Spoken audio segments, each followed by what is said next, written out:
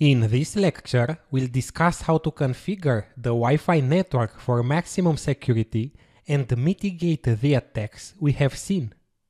To secure a wireless network, we have to secure both the access point or the wireless router and the wireless communication between the AP and the Wi-Fi clients.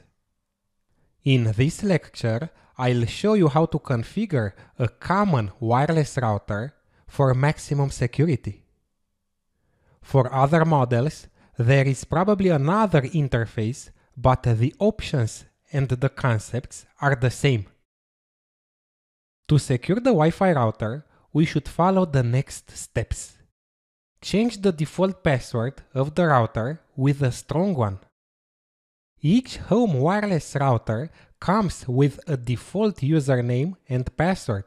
If you do not change it with a strong one, a hacker could log into your router and see the wireless password or even change it. Connect to the Wi-Fi router only using HTTPS. If you use HTTP, like in this example, the connection is not secure and the hacker could launch a simple attack of type man-in-the-middle like ARP poisoning and capture the login password. So the strong password you have set will be of no use. I'm logged into the router. Disable remote administration of the router, which means connecting to the router from the internet. This way, you avoid denial of service or brute force attacks to your router.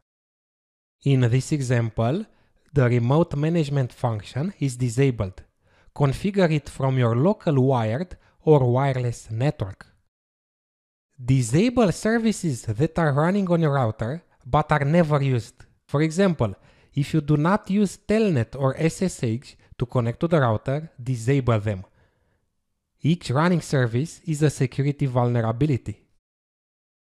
Update the firmware to its latest version available to avoid the exploitation of known vulnerabilities. Many vendors release new updates to patch vulnerabilities that have been previously discovered.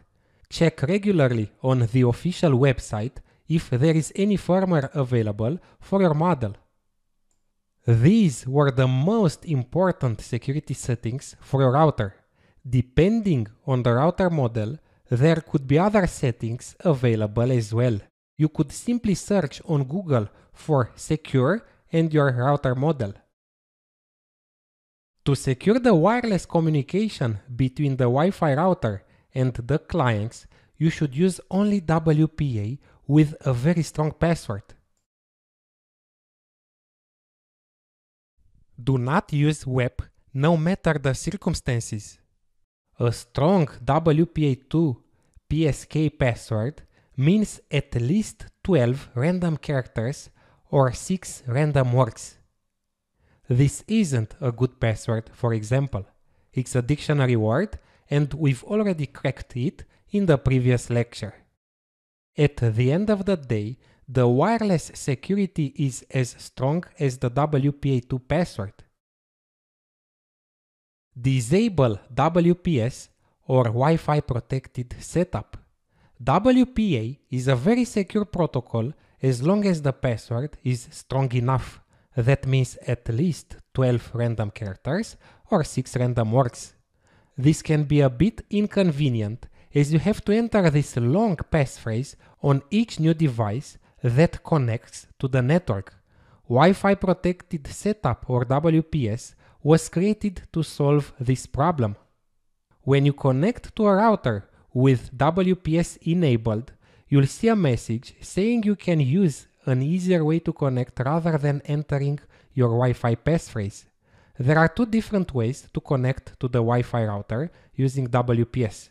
Using a pin configured on the router or using the push button connect. A PIN is an 8-digit number that you need to enter on your devices to connect. The WPS PIN is very easy to brute force. The second option is the push button connect.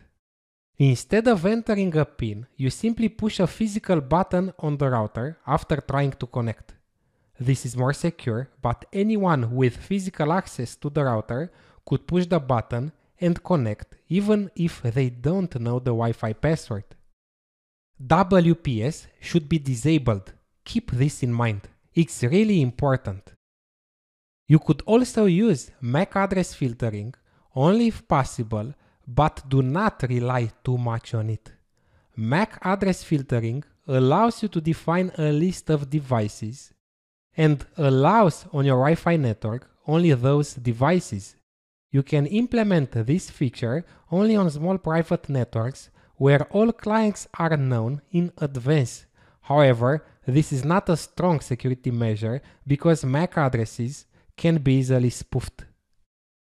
All an attacker has to do is monitor Wi-Fi traffic using a tool like AirDump-NG, examine a packet to find the MAC address of an allowed device, change their device's MAC address to that allowed MAC address, and connect in that device's place. You may be thinking that this will not be possible because the device is already connected, but a deauthentication attack that disconnects a device from the Wi-Fi network will allow an attacker to reconnect in its place. WPA2 with a strong password should be enough. Imagine that someone that knows how to capture the WPA2 four-way handshake and crack the password will have no difficulty bypassing the MAC filtering security feature. Okay, that's all. There's no network that's 100% secure, but implementing these options you are seeing right now will make your Wi-Fi network secure enough in most cases.